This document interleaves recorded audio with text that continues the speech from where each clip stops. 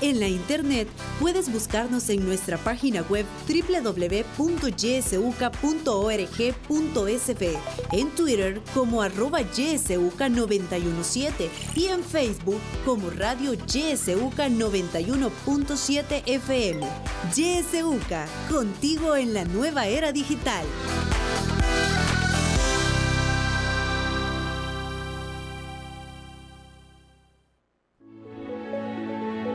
Política, economía, realidad nacional. Matinal presenta La Entrevista, un espacio de análisis y discusión producido por YSUCA. Muy buenos días, gracias por estar en sintonía del espacio de La Entrevista. Este día vamos a hablar sobre la situación de las cárceles en el país. Y para abordar este tema ya se encuentra con nosotros Otto Flores, él es abogado penalista y también criminólogo de la organización Los Siempre Sospechosos de Todo. Le damos la bienvenida. Muy buenos días, Otto. Muy buenos días y muchas gracias por la invitación. Agradecido que estar aquí en la YSUCA y que nos presten su voz para poder también hablar sobre este tema importante. Así es, un tema importante. Creo que es importante antes, Otto, de entrar en materia, hablar también un poco sobre cómo es que está la situación de las cárceles actualmente. Hay datos actualizados hasta el año 2020 que pude encontrar algunos documentos. Una investigación que hizo recientemente FESPAD y que me parece importante también mencionar algunos de los datos. Hasta 2020, según este documento, había un total de 37.190 privados de libertad. De este total, el 75.56, es decir, un poco más de 28.000 personas ya están condenadas, mientras que un 24.44, casi el 25%, un poco más de 9.000, están siendo procesadas, es decir, no han sido condenadas y tienen una detención provisional. También este informe muestra que hay una sobrepoblación y un hacinamiento. Y solamente para poner unos ejemplos, en Apanteos hasta 2020 habían entre condenados y procesados un total de 4.322, pero la capacidad instalada es de 1.500, es decir, hay una diferencia de casi 3.000 personas. En Izalco, por ejemplo, en el Centro de Cumplimiento de Penas de Izalco, había un total hasta 2020 de 2.355 y la capacidad instalada es de 1.728, una diferencia de 627. Eso solamente para poner un ejemplo de cómo es que están las condiciones en las cárceles del país. Y ahora, durante el régimen de excepción, pues ya vimos que hay más de 9.000 personas que han sido capturadas por supuestamente pertenecer a pandillas. En este contexto y con estas condiciones actuales de las cárceles que tenemos, Otto, ¿qué significa esta cantidad de detenciones en este sistema penitenciario actual? Bueno, primero es preocupante debido a que debemos entender de que el proceso penal y penitenciario es todo un sistema, es un tipo de engranaje en el cual viene, toma una persona, decide si es culpable o no, pero mientras que está en esa fase, si es culpable o no, debe cumplir su detención provisional, como ocurre muchas veces aquí en El Salvador, dentro de un centro penitenciario o una Bartolina, que son conocidas como las cárceles que se encuentran bajo el cuidado y custodia de la Policía Nacional Civil. La mayoría están en las cabeceras departamentales.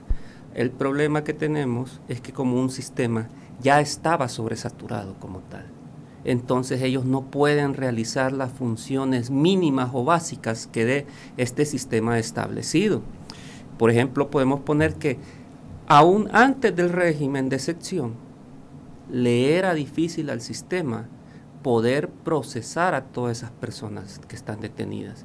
Independientemente estén condenadas o estén aún en fase de condena para ver si se le va a declarar culpable, es casi imposible para el equipo, entendiendo con equipo a todo el personal que atiende un centro penitenciario como tal, empezando desde los guardias de seguridad que deben garantizar la seguridad física de todos los internos, el área administrativa, que tal vez hay lugares donde solo habrá unas 20 personas para atender más de 5.000 o 10.000 personas, entendiéndolo bien, y que esa área administrativa debe encargarse de toda la parte administrativa de la detención de esa persona, llámense datos, tomarle datos, estar vigilando su familia.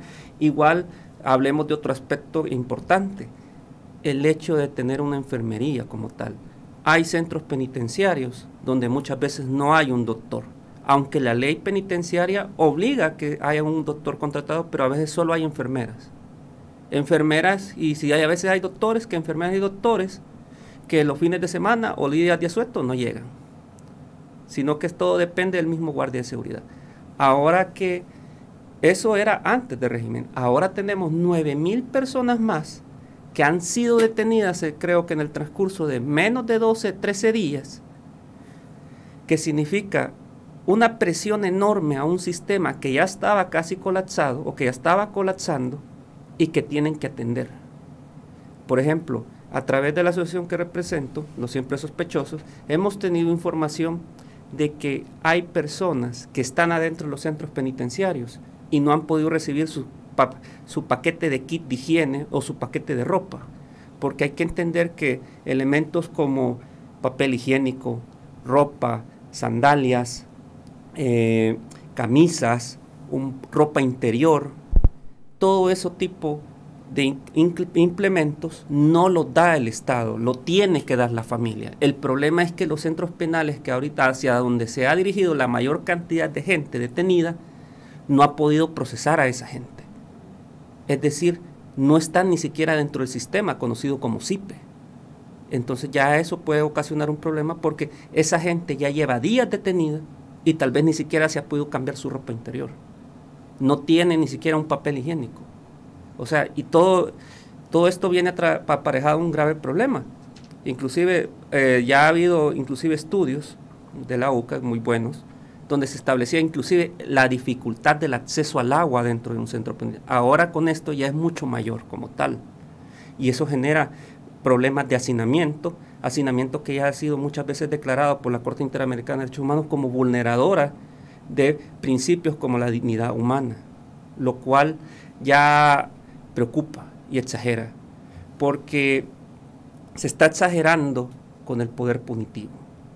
Y lo digo exagerando porque no solo porque ha habido gente que está detenida que tal vez solo está por una mínima sospecha, sino porque también gente que tal vez está involucrada dentro de las estructuras de pandillas y que tal vez debería estar cumpliendo ahí su condena en algún momento, pero eso lo decidirán los jueces, no se les puede dar un tratamiento adecuado, no se les puede dar ni siquiera el mínimo espacio necesario para poder mantener una convivencia, y eso es peligroso, porque lo que tenemos se está creando adentro de esos centros penales, donde ya un custodio, si antes tenía que cuidar a 75, ahora tal vez tiene que cuidar a 100 o más de 100 personas, un solo custodio. ¿Qué significa? Que ya va a haber menos control sobre lo que los custodios van, sobre la población carcelaria como tal. Porque algo a veces que no entiende la población que ha tenido la suerte de que nunca ha tenido un familiar detenido o ha tenido que estar detenido, es que allá adentro hay una sociedad que podríamos decir que los autores llaman una sociedad carcelaria, donde tiene sus propias reglas, sus propios conjuntos, pero que también al mismo tiempo tiene que convivir con la administración. Y eso pocas personas no lo saben, pero a veces la misma administración de la misma centro penitenciario, debido a los problemas de hacinamiento, como usted mencionó, ellos han tenido que aceptar esa estructura como tal para poder mantener una paz y evitar estallidos de violencia. Y eso es ahorita lo que se puede ocasionar. Puede ser una bomba en el que termine estallando algo ahí. Ya ha habido muchos reportes, ha habido muchos casos, hasta se han judicializado homicidios y atentados de homicidios dentro de las mismas cárceles porque el custodio no puede dar seguridad a tantas personas. Bueno, y eso hay que decir, y como usted lo mencionaba, Otto, que llevamos pocos días y ese régimen dura 30 días, es decir, esta cantidad podría incluso hasta ser el doble de lo que estamos viendo, ¿verdad? Porque faltan muchos días en los que van a continuar haciendo este tipo de arrestos. Al inicio de su gestión, el presidente Bukele decía que era importante cerrar algunas cárceles y le apostaba a que se construyeran ahí centros culturales y educativos. De hecho vimos, ¿verdad? En el 2021 se cerraron Sonsonate, Metapán, La Unión, también Chalatenango. Y bien interesante el discurso que en ese momento se manejaba, ¿verdad? Se decía que el presidente había logrado que estos centros penales ya no sean escuelas del mal, se decía, sino espacios de reinserción de los internos. Pero hemos visto ahora que ese discurso pues va cambiando y ya no se habla tanto de reinserción y de prevención, sino pues más de represión. ¿Es la situación, en esa situación, construir más cárceles? Porque lo dijo, bueno, vamos a construir más cárceles, luego que decía que se iban a cerrar. ¿Construir más cárceles para combatir las pandillas y mantenerlos encerrados es la solución, Otto, a este problema? Mire, yo considero que desde la época de Saca venimos aplicando el manodurismo. Y si vemos las cifras y recordamos prácticamente todos los reportajes que ha habido respecto a las pandillas, hemos visto que la estructura como tal de las pandillas se ha fortalecido, no ha menguado su poder. Y realmente a veces también el problema que tenemos acá en este país cuando aplicamos la represión es de que lo vemos como la única solución y también no queremos ver que este problema o fenómeno delictual tenemos que verlo desde varias aristas, desde varias perspectivas. Por ejemplo, algo que yo no he visto que ha tomado en cuenta, ese es el aspecto cultural. Hay comunidades que han tenido tanto tiempo contacto con una pandilla, que parte de esa cultura está dentro de ellos. Y donde uno se da cuenta que muchas veces la policía ha hecho redadas masivas, pero aún ahí la cultura pandilleril existe y sigue existiendo. Y que a pesar de que, y es una cultura que se mantiene, que a pesar de que detienen a alguien y lo condenan a 8, 10, 12, 20 años, detrás de ellos ya vienen otros jóvenes más pequeños, que van creciendo bajo la misma cultura, bajo la misma tutela, y entonces y a los 5 o 6 años vuelve a renacer una pequeña estructura de pandilla y ahí se sigue manteniendo. Porque el problema es que solo creemos que separando a estas personas que consideramos que son parte de una estructura, ya la comunidad ya va a estar bien y podría ser, pero a corto plazo. A largo plazo volveremos a tener el mismo efecto y el mismo problema. Para intervenir una comunidad no es solamente ir y entrar con la fuerza policial y la fuerza militar. Se le tiene que ofrecer algo a la comunidad en el sentido de mejorar por lo menos su sistema de salud, sistemas sociales básicos, mejorar la escuela, ayudar, entender, capacitar a las personas. Otro ejemplo, generar una verdadera cultura de paz que aquí no existe, porque realmente el salvadoreño presenta que es un ciudadano bastante violento y algunas veces lo vemos reflejado dentro de los espacios. Media vez existe el anonimato, muchas veces refleja ideas como hay que matarlos, mandar al paredón y toda esa situación. Entonces uno se queda sorprendido y bueno, y esta es la sociedad de Monseñor Romero y que celebró la beatificación y entonces ¿qué pasa como tal? Entonces eso es un problema, pero ahí donde ya entra algo bien interesante que se llama la criminología de comunicaciones. La mayoría de gobiernos que hemos tenido no son estadistas, solo son personas, políticos de gobierno que solo ven a corto plazo. Estas políticas de querer intervenir propiamente una comunidad son políticas que tienen que ser una política de 15, 20 años para poder generar un cambio.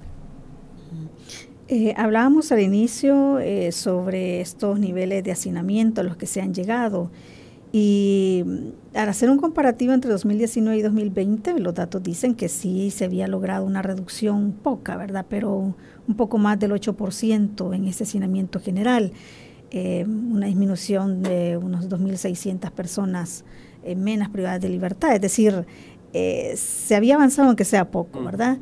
Ahorita estamos viendo en poco tiempo más de 9.000 personas que ya ingresaron a estos centros penales, es decir, estamos hablando de un retroceso en ese sentido, Otto. Pero, ¿qué es lo que ha permitido durante todo este tiempo llegar a esos niveles de sobrepoblación y hacinamiento en los centros penales para poder no repetir también eso que se ha hecho en el pasado?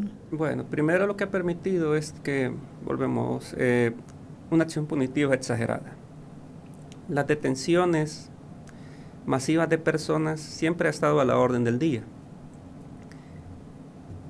Y si bien es cierto, la ONU ha permitido y considera que es una herramienta básica para poder combatir a la criminalidad organizada, pero hay que entender que también para realizar estas redades debe haber una cierta capacidad alta de parte de los órganos de investigación de determinar qué persona está vinculada con una estructura.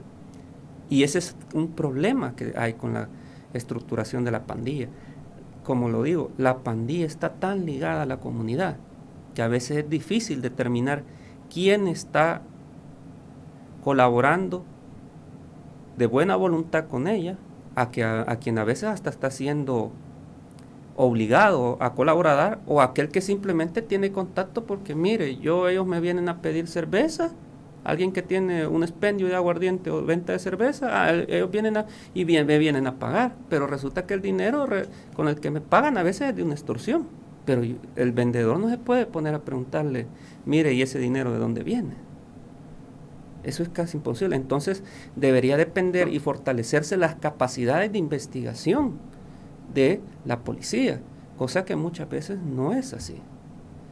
Desgraciadamente, aunque la policía ha invertido en automóviles, armas, eso es muy importante, pero sus investigadores y sus elementos deben ser entrenados propiamente para poder llegar. Y muchas veces eso es un costo económico que a veces no están dispuestos a pagar los gobiernos de turno. Igual, y volvemos al tiempo, porque muchos gobiernos se manejan por el tiempo electoral. Y esa es otra condición del problema de la criminalidad.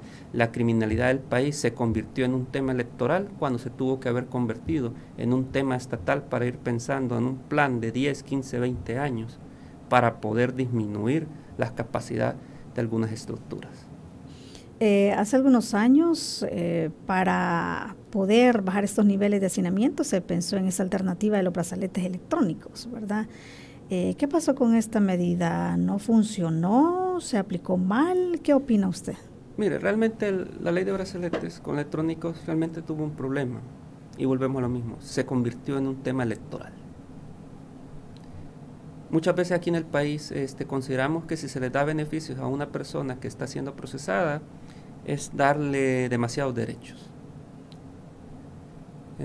La sociedad salvadoreña a veces tiene una visión bien vengativa con las personas que se encuentran detenidas, cosa que no tendría que ser así. Venimos de una guerra de casi 12, 13 años, pero creo que a la gente se le ha olvidado, pero el problema es que cuando se aplicó, la teoría era de que se iba a utilizar para que la persona no tuviera que cumplir la detención provisional mientras que durara el proceso como tal, que eso iba a generar una disminución de la cantidad de personas que están adentro del centro penitenciario.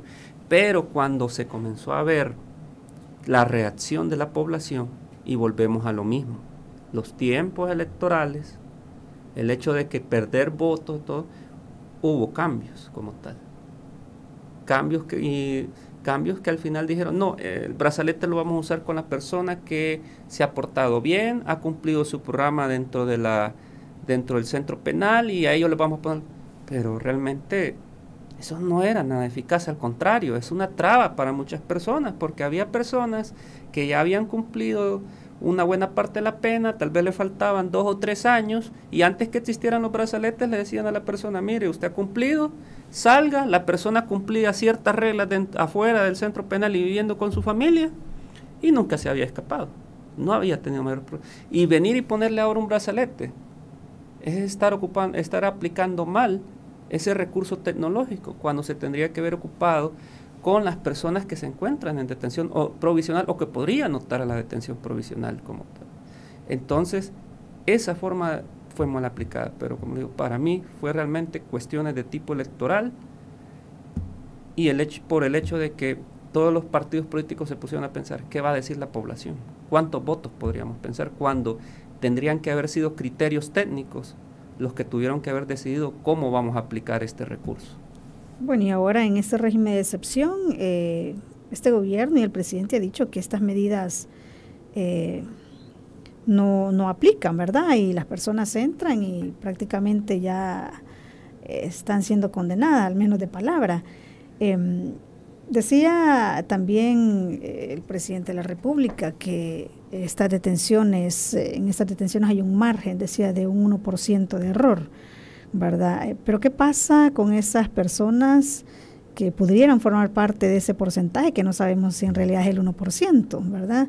Que son capturados sin pertenecer a pandillas, porque se ve como un número, ¿verdad? Un 1%, pero son personas. Sí, bueno, en mi experiencia,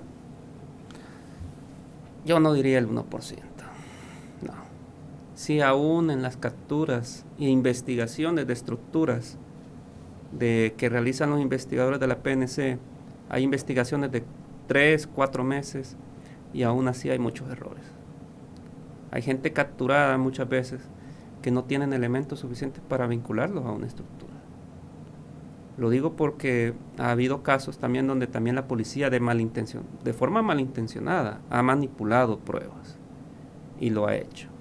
Nuestros tribunales de sentencia principalmente y algunos juzgados de instrucción de todo el país tienen una cantidad de expedientes donde se demuestra que ha habido manipulación y que ha habido casos de detenciones claramente ilegales. Y eso hablábamos que al investigador, antes del régimen, se le daba sus 3, 4 meses para investigar una estructura de 100 personas y que a veces solo eran 1 o 2 investigadores para hacer. Tarea titánica. Ahora, creería yo que si el margen de error ha aumentado. No podría dar un número, pero sí ha aumentado. Porque hasta donde yo he tenido conocimiento, ahorita lo que la policía está cumpliendo son cuotas de detención. Porque debemos entender que también la visión de la aplicación ahorita de la acción penal es puramente política. Es puramente política. Ahorita lo que la policía está haciendo, la gran mayoría de casos, es en base al registro de las personas detenidas anteriormente, está acudiendo a detenerlas. Ha habido casos de gente que ha sido declarada inocente en un proceso de hace 6, 7, 8 años y está detenida. Yo he defendido casos, tuve casos donde hubo gente que fue declarada que no había suficientes elementos de prueba y todo, y que hace días o ayer en la noche me hablaron, mire, se vinieron a traer a mi hermano, ¿cómo es posible? Yo les presenté la sentencia absolutoria, pero aún así se lo llevaron. Gente asustada, que tal vez de un proceso de hace 10 años, y lo están llegan a preguntar por él. Esa es parte de los mecanismos que se están utilizando. Parte de los mecanismos sí, que están utilizando. Y en algunas actas de detención solo ponen por sospecha. Pero usted por sospecha no puede detener a alguien. Ahora bien, con esa persona, ¿por qué es peligroso? Y con la cuestión de que no se les va a otorgar detención provisional, porque va a haber gente que posiblemente, tal vez no en el juzgado de paz, ni en los juzgados de instrucción, o en el especializado de instrucción, sino que van a ser en los tribunales de sentencia o los juzgados especializados de sentencia, donde va a haber jueces que van a tomar la decisión y decir, no, mire, él no tiene nada que ver, se declara inocente, pero tal vez esa persona ha tenido que pasar 2, 3 años en una prisión con hacinamiento, saturada, su familia, y aparte de eso debemos entender, cuando una persona es detenida, no solo la detención lo vincula a él y lo afecta a él, afecta todo su círculo familiar, lo afecta en el área emocional, el área psicológica, el área social, van a comenzar a ser rechazados por una comunidad o por toda la comunidad, y en el área económica. A pesar de que hay personas de que acuden a la PGR porque no pueden solventar los pagos o los honorarios de un abogado privado, muchas veces aún así ellos, por tal de ayudar y mejorar un poco la condición o la estadía de la persona detenida, tienen que depositar dinero en las tiendas o llevar el kit de limpieza, pasar papel higiénico, ropa íntima, toallas sanitarias. Pero ¿qué pasa con esas personas, como usted decía, que van a pasar mucho tiempo en prisión y luego al final les dicen, mire, usted es inocente? O estas mismas personas que han sido capturadas. Bueno, veíamos el caso el fin de semana de estos muchachos del café, ¿verdad? Que estuvieron presos unas horas.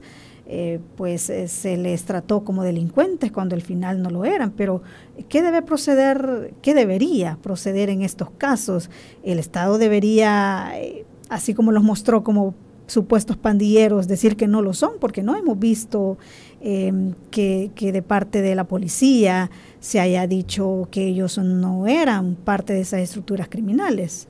Vaya, primero, en base a la ley internacional y también las leyes de nuestro país y la Constitución, si una persona ha sido condenada o se le ha vulnerado sus derechos por errores judiciales, o no se diga, peor aún, detenciones ilegales, como el caso de los jóvenes, ellos podrían demandar al Estado. Hay una ley de daño y perjuicio de la moral, y podrían demandarlo. Ha habido casos. Recuerdo que hace 2 o 3 años, la Cámara Segundo del área central de acá de San Salvador le dio una indemnización como de $75,000 a una persona que fue detenida ilegalmente en Sonsonate. Entonces, ellos podrían demandar, y si aún sigue aquí no ganaran a nivel nacional, podrían dirigirse a nivel internacional como tal, y podría haber condenas a nivel internacional, lo que afectaría, y hay que entender que a veces alguien puede decir una condena no la puede seguir el gobierno, sí es cierto, pero no hay que creer que estas condenas no tienen peso. Quieras o no, dependemos de un sistema financiero mundial. Y las cortes americanas tienen la suficiente influencia para decirle a alguien, a él no le preste dinero. Sí. O sea, ese es un problema que se tiene y es grave.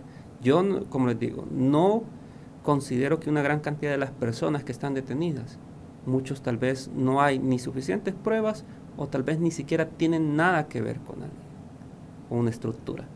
Entonces, estas personas cuando en algún momento salgan, dependerá de ellas qué es lo que va a hacer, pero sus derechos están establecidos. Así es, vamos a hacer una pausa en este momento. Cuando regresemos vamos a continuar hablando sobre este tema, la situación de las cárceles en el país. Buenos días, celebra la vida junto a nosotros. YSUCA 91.7 FM.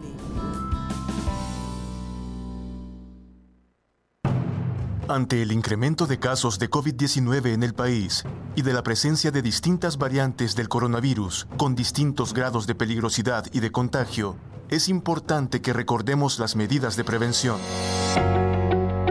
Use siempre mascarilla. Mantenga el distanciamiento físico de al menos 1,5 metros. Lávese constantemente las manos con agua y jabón o utilice alcohol en gel o en spray para desinfectar las manos. Si usted se cuida, contribuye al bien común. Este es un mensaje de Radio YSUCA.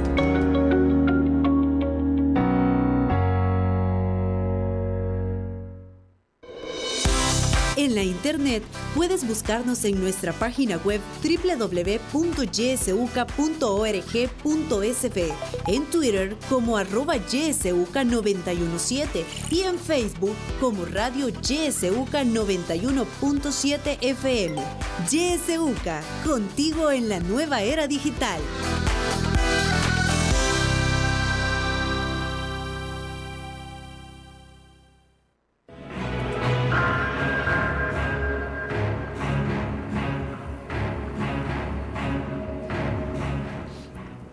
Siete de la mañana con 32 minutos. Gracias por continuar en sintonía de YSUCA. Estamos hablando sobre la situación de las cárceles en el país. Usted puede participar en esta entrevista y hacer sus preguntas o hacer también sus comentarios. Recuerde, puede marcar directamente nuestros números 2275-9501, 2275-9502. También está habilitado nuestro número de WhatsApp 7571-2779.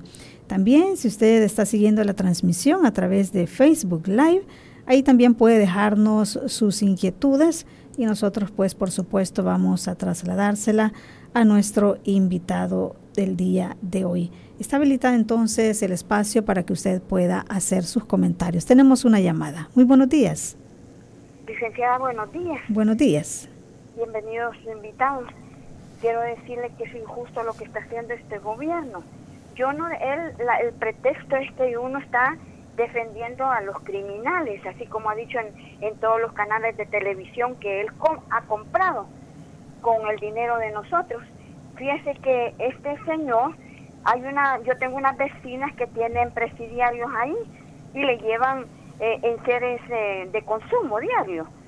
Y fíjese que ya han visto cuando ellas con sacrificio, gente pobre con sacrificio, juntan tal vez unos $75, 100, y le llevan su leche y cosas para el mes. Y fíjese que ya han visto cuando llega el tren de aseo y recoge todo lo que ellas han llevado a sus hijas, porque son dos chicas que están presas. Y fíjese que han visto cuando les meten toallas higiénicas, todo en el tren de aseo, y los dejan sin nada. Entonces este pícaro, como tiene tiendas y ha criticado a los que han robado en las tiendas, que se han hecho ricos, él es igual, porque hay madres que le están dando 150 a los hijos para que gasten en alimentación cuando no le llevan cosas que se utilizan de consumo diario. Por lo tanto, este señor es bien injusto, y le cuento que el viernes aquí, yendo para Metapán, iban 10 buses llenos de reos. Yo no sé si iban para el huerto y los había pasado en la televisión como quien dice que los había capturado, o los llevaban para el presidio de allá de Metapán. Así es que este hombre no sabe dirigir ni sus propios pasos. Y fíjese que hay expedientes de reos que han agarrado antes de 2 años que se le han extraviado, y esa gente va a tener más tiempo de estar presa y tal vez son inocentes. Muchas gracias. Bueno, muchísimas gracias por su participación. Tenemos otro mensaje, dice: buenos días, así es, yo tengo 7 años de no ver a mis hijos, dice, mi nieta no conoce a su papá, qué clase de gobiernos malvados, ya con la gente que está condenada, debería de ver que tienen familia. ¿Hasta cuándo? Dice, este gobierno, dice, ¿qué hace con tantos miles de dólares que entran en las tiendas? Un mensaje vía Facebook, dice, los juzgados están suspendiendo de forma más regular las audiencias que ya estaban programadas, retrasando diferentes procesos, la garantía de los debidos procesos, del derecho a la pronta y cumplida justicia. Dice, esto significa mayor carga laboral a los juzgados que ya tienen una gran mora judicial, nos dicen de la comunidad Centro Penal Apanteos. Erika de Alvarado dice, a mi esposo se lo llevaron detenido sin tener nada que deber a la justicia, llamaron a la base de la policía y no tenía delitos, pero siendo así se lo llevaron. Susana Polanco también nos escribe y dice, yo pienso que la mayoría de detenidos los están dejando con medidas por temor, ya que el mismo presidente ha dicho que el juez que deje libre a este tipo de población será investigado. Es duro, ya que muchos son inocentes y otros ya están en un proceso de reinserción. Es muy notable la vulneración a los derechos humanos y es una lástima que esto ya no parezca justicia, sino venganza. Sandra Cruz también nos envió un mensaje, pregunta, ¿acaso no se puede demandar al Estado? Hay que demandar entonces tanta injusticia. ¿Cómo se demanda a un Estado donde el gobierno tiene trabajando como títeres a un sistema judicial? ¿Cómo demandar? Dice, pues a un Estado, ¿cómo hacer esa demanda si hay personas afines en el sistema judicial? Tenemos también un audio, vamos a escucharlo. Buenos días, GSUK, gracias por el espacio. Solo quiero contar una historia de mi familia. No es mi familia, es un familiar, es un amigo cercano como familia, que estuvo preso por un error.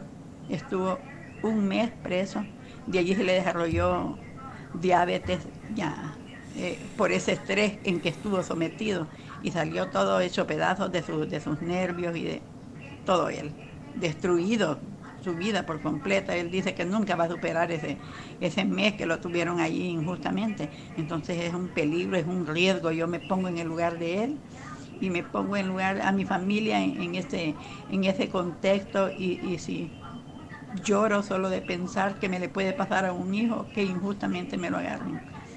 Cuando es culpable, que lo agarren, que lo topen si quieren, pero cuando es inocente no se puede hacer eso. Gracias, GSUK, el único espacio, lo único que nosotros tenemos para llorar nuestros problemas. Muchas gracias. Bueno, muchísimas gracias por su participación, gracias a todos por sus comentarios. Otto, le cedo la palabra para que pueda dar respuesta ahí a los comentarios. Vaya, primero, debemos entender que el Estado salvadoreño no es omnipotente, me refiero a que ellos tienen sujeción a la ley. En base a la ley de daños y perjuicios que esté establecida, y la pueden buscar en Google, se puede demandar al Estado vía civil. Y aún, como mencionan, aunque tal vez no pudieran ganar acá, se puede ganar a nivel internacional. Hay organizaciones que inclusive, CEGIL, que es una organización internacional, la que podría llevar casos de ese tipo, como tal. Es importante entender que como ciudadanos todavía tenemos derechos y tenemos que ejercerlos como tal, y más en estos momentos.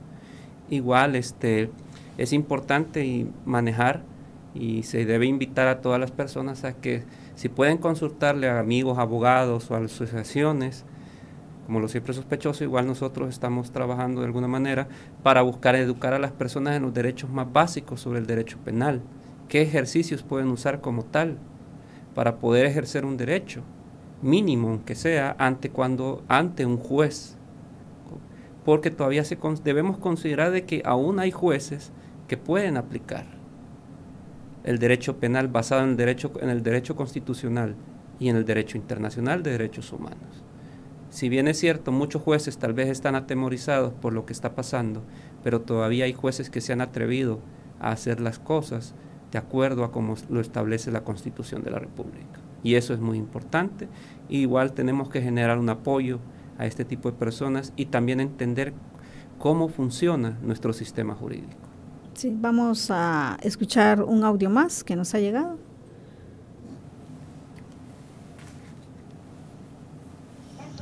Buenos días, YSUCA. Cuando estos movimientos de los prisioneros los trasladan de un penal a otro, los paquetes que los prisioneros tienen, todos se los avientan a la basura. Ellos los llevan únicamente con la ropa que andan puesta. Yo les digo eso porque soy familiar de un prisionero, por eso yo les digo eso. Bueno, muchísimas gracias. Tenemos más mensajes. Dice otro mensaje: la cárcel debe cumplir con su objetivo, que es dar herramientas a las personas que han delinquido para que puedan reinsertar positivamente a la sociedad, pero con represión y aislamiento solo estamos haciendo más delincuentes. También hay otro mensaje de Unidos Granja Penitenciaria Santa Ana. Dice: invitamos a las familias que han sido víctimas de abusos de las autoridades, maltratos, arrestos a personas trabajadoras y familiares del penal de Izalco, donde se les está vulnerando el derecho a una alimentación suficiente, respaldado en el artículo 9 de la ley penitenciaria. Denuncien en la Procuraduría para la Defensa de los Derechos Humanos de El Salvador, y también recomienda la CIDH. Bueno, es parte de los mensajes que nos están llegando, Otto, y vemos que hay preocupación de parte de la gente, ¿verdad? Ya varias personas nos mencionaban también cómo, aunque sea un corto tiempo el que puedan estar ahí, salen enfermos, ¿verdad? Muchas personas. Sí, como debemos entender que nuestro sistema penitenciario tiene graves problemas, y ya solo entrar al sistema penitenciario ya es una vulneración a los derechos humanos de una persona como tal.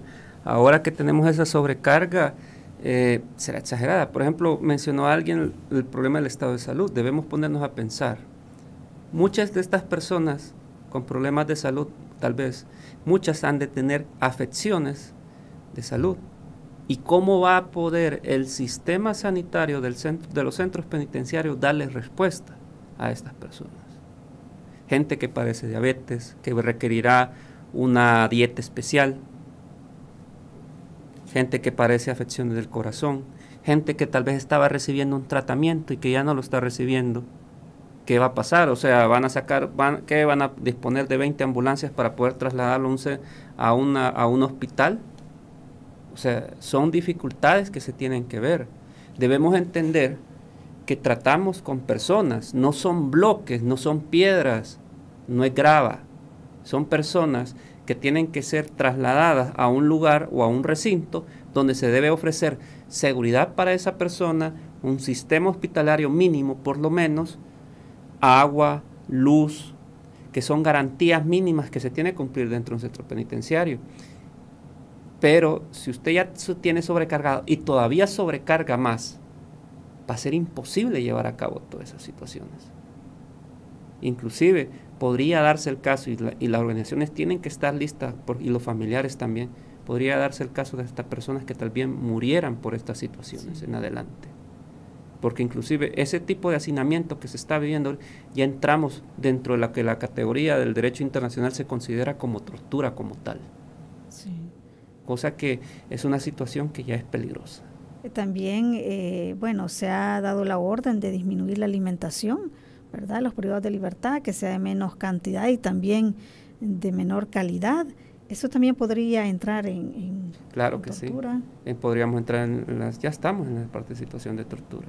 El problema es que ya limitarle la alimentación a un privado de libertad que está estresado, está con dificultades porque hay poco espacio. Toda esa situación, ya estamos tranquilamente en un país que está vulnerando derechos humanos como tal. Y volvemos a lo mismo. Estás poniendo demasiada presión sobre una persona que tal vez tiene vínculos con una estructura, que se ha habituado a delinquir y que no está recibiendo el tratamiento adecuado. Porque, vaya, a mencionar, y me gustó, la gente mencionó, la cárcel tiene un fin, darles herramientas a las personas que están detenidas o las que han sido condenadas. Y es perfecto. El problema es que ni siquiera el sistema, que son los equipos técnicos de cada centro penal, que diseñan los programas que se van a dar a las personas condenadas, ni siquiera daban abasto, ahora con esto menos. A veces, por ejemplo, y yo he hablado con gente de los equipos técnicos de los centros penitenciarios, me dicen, mire, yo soy psicólogo en tal parte. Yo reviso y tengo una sesión de 40 minutos con una persona que es un privado de libertad. Y a él lo voy a volver a ver tal vez 3 años después de la primera cita. Y eso era antes del régimen de excepción. Ahora, ¿cómo estará? No digamos temas como la familia, otro tema que va a haber, el problema, la falta de visitas familiares. ¿Cómo la familia va a poder acudir a ver a su familiar? Y no nos hemos puesto a pensar, es cierto, el sistema judicial. ¿Cómo el sistema judicial, los mismos fiscales? Tengo información de que en alguna medida la fiscalía no se está dando abasto. Está a puras penas, la PGR está peor, la Procuraduría está mucho peor. Prácticamente. No se están dando abasto. El mismo trabajador judicial tampoco se está dando abasto. Porque el problema es que, como les menciono, el sistema penal y penitenciario es como una máquina que va procesando, pero de repente viene usted y lo comienza a llenar y al final la máquina ya no va a funcionar, por mucho que usted quiera. Porque igual se mencionó que se construye otra cárcel, pero el problema es que construir una cárcel no es como venir y construir una casa. Tienen que haber una cantidad de estudios técnicos indicando dónde se va a construir y dónde es la mejor ubicación geográfica para construir. Eso no es a corto tiempo. Eso no es a corto tiempo. Como digo, no es venir y yo tengo un terreno y voy a construir mi casa. No, eso no es así. Usted tiene que ver muchas situaciones alrededor de eso. Igual, la falta de personal del sistema penitenciario. Por ejemplo, formar a un guardia penitenciario lleva alrededor de 2 años en las escuelas que ellos tienen. Y entendiendo que esa persona que va a salir con 2 años es una persona que no tiene experiencia como tal. Muchas veces cuando esas personas son enviadas, lo que el sistema que ellos tienen es que los van enviando a cárceles de mínima seguridad o mediana seguridad para que vayan aprendiendo, porque ellos mismos dicen, y he podido platicar con algunos agentes que no, es que tiene que ir aprendiendo la persona, porque si bien es cierto, la escuela te forma en algunas cosas, pero tratar con la gente que está adentro no es fácil. Todas esas situaciones, igual el problema del equipo técnico que están adentro. En cada institución hay abogados, psicólogos, profesores, sociólogos, no se dan abasto. Hasta inclusive ellos, como tampoco tienen buenos salarios, muchas veces optan para moverse a otros lugares donde están mejor pagados. Y el problema es que a veces hay lugares que llegan a pasar hasta 1 año, 1 año y medio, sin un psicólogo, sin un sociólogo, sin un abogado. Entonces, como menciono, ya estábamos sobresaturados y ahorita yo creería que ya el sistema está a punto ya de colapsar. Sí. Va a ser simplemente un trámite. No me quiero imaginar el trabajo que tienen ahorita las personas de la alcaldía, del área administrativa del centro penitenciario de Izalco. ¿Cómo van a hacer para procesar y solo tomar los datos mínimos de tanta persona? Igual la seguridad o los guardias de seguridad, no sé cómo hará con esa situación. Sí. Y usted lo planteaba también, cómo procesar también a 9,000 personas, es decir, abrir expedientes, prepararse los fiscales, porque lo lógico es que hayan investigaciones de cada una de esas personas. Entonces, Otto, no estamos hablando de que hay garantías entonces de justicia para toda esta gente. No, realmente no. Como le digo, según hasta donde hemos entendido, ahorita se está cumpliendo cuotas. La policía no está sacando nombres, registros de las detenciones de ellos. La policía lleva sus propios registros de detenciones. Por eso muchas veces, cuando las personas piden un trabajo formal, el empleador le solicita, tráigame una solvencia, la PNC. Ellos manejan sus registros, pero también manejan sus registros. Con sus registros me refiero a anotaciones de personas que llevan algunas delegaciones, como tal, pero la basa más que todo en rumores o en hechos.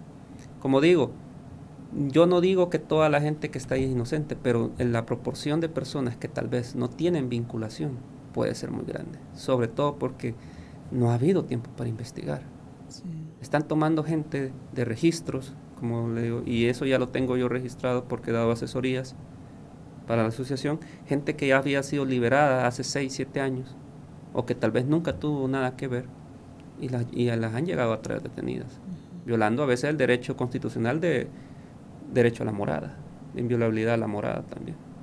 Que eso no está suspendido. No está suspendido en parte, cabrón, no está suspendido. Aparte, y eso sin hablar de los problemas de la limitación a la libre circulación en ciertas zonas rojas, podríamos decir, sí, o zonas marginales que están viviendo como tal. Sí, donde no han dejado salir a las personas. No han dejado salir a las personas. Entonces, tenemos esta situación que es bastante peligrosa porque yo lo veo el peligro primero adentro de las cárceles.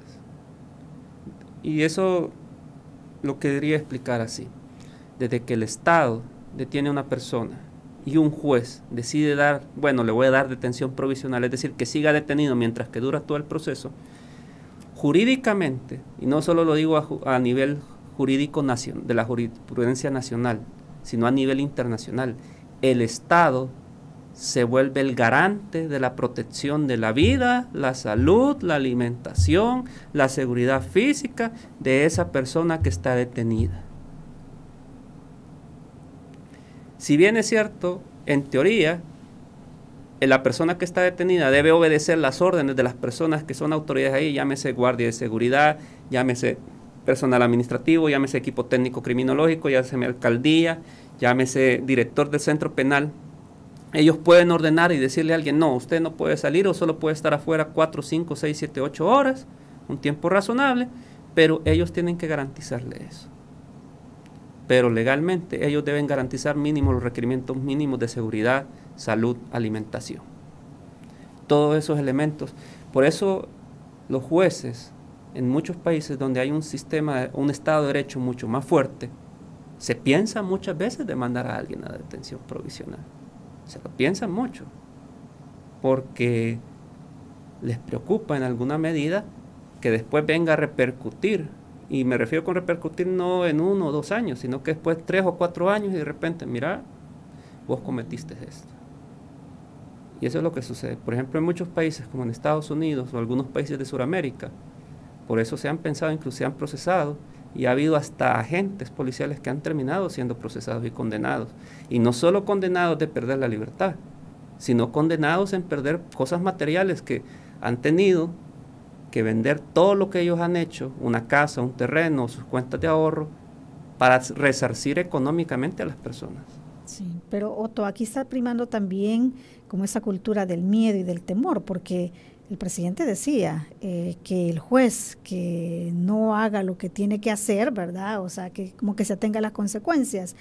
también la policía y los fiscales podrían estar recibiendo presiones también de parte del Ejecutivo. Es muy posible, la verdad, y es muy posible, pero como yo le digo a alguna gente que es fiscal, piénsenlo bien, porque la cuestión con este tema es que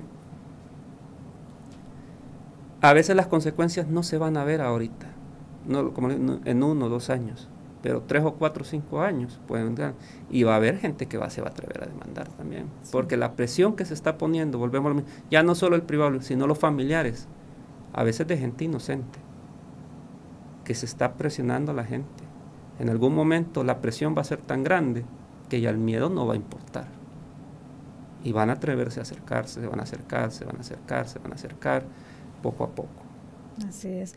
Hemos estado viendo en redes sociales algunos comentarios de las personas ante todo esto que está ocurriendo.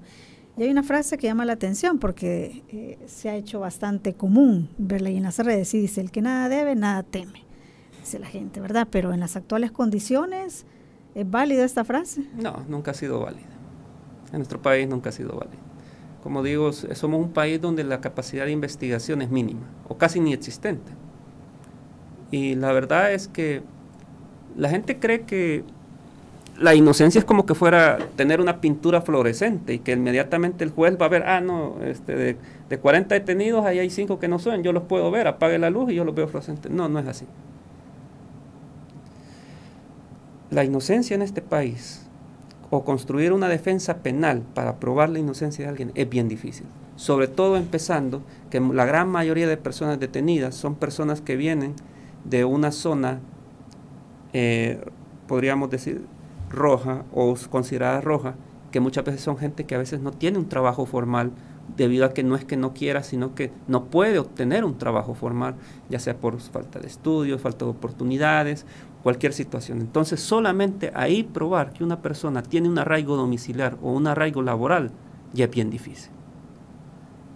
Y al no tener a veces esos arraigos, como no están dentro de digámoslo así, no están como una persona que puede trabajar en un empleo formal, donde vos tenés un jefe, que tenés una empresa reconocida, que está matriculada en el registro de comercio, o trabajas en el Estado, que inmediatamente donde vos tenés, por ejemplo, una marcación biométrica y que podés probar sin problemas. No, mire, él no estaba ahí porque él a las 9 de la mañana se encontraba en la alcaldía, tal parte, porque él es trabajador de la alcaldía y aquí hay una constancia del consejo y tengo 4 o 5 testigos que son empleados de la alcaldía y tengo su marcación biométrica. Entonces, y me está diciendo que él se encontraba a 200 kilómetros de donde cometió el delito. No, no es imposible. Pero la mayoría de casos no son así. La mayoría de gente que trabaja en el mundo informal no tiene ese beneficio. Solo ya hay un problema.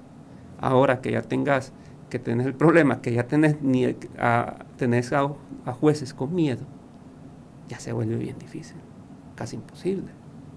Donde tenés que convencer al juez o tenés que mostrar arraigo y en cierta manera tenés que hacerle entender al juez, mire, tiene que cumplir usted el acuerdo de derecho, porque si en algún momento después el golpe puede venir. Por eso entonces va a ser difícil, pero se tiene que trabajar. Tenemos que, como abogados penalistas, creo que tenemos que trabajar en esto.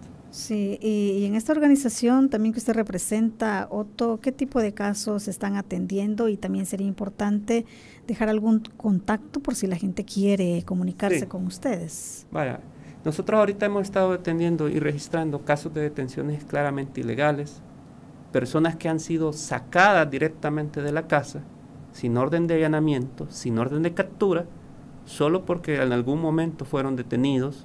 Ha habido casos de gente que yo he atendido y asesorado que han sido detenidos solo porque en algún momento eran consumidores habituales de marihuana.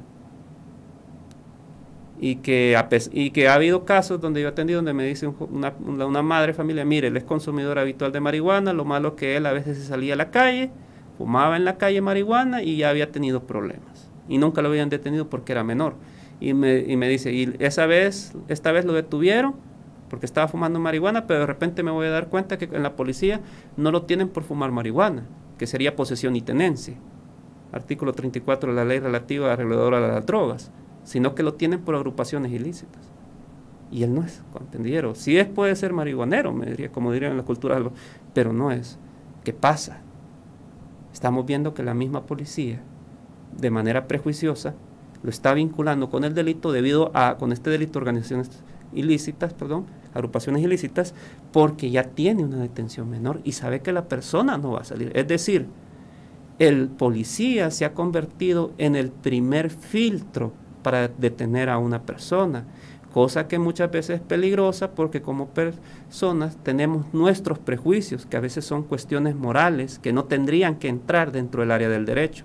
Y si de plano el segundo filtro que tenemos, que es el fiscal, que tendría que ser el que decidir, no, esto sí, esto no, y si ya lo tenemos atemorizado, y aún antes ya está atemorizado porque a ellos les exigen cuotas a veces de condenas u otros elementos, y si no, no te renuevo tu contrato de servicio profesional, ya estamos en problema. Sí, complicado. Bueno, hacemos el llamado a las personas que quieran recibir alguna asesoría, lo siempre sospechoso de todo, podría ayudarle a entender su situación.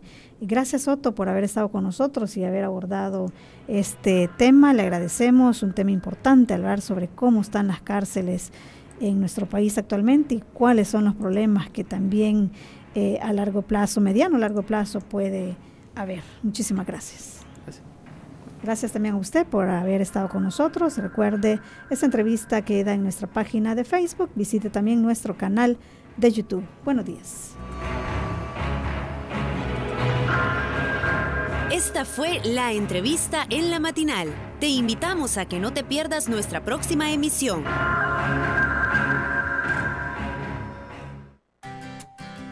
Disfruta tu mañana en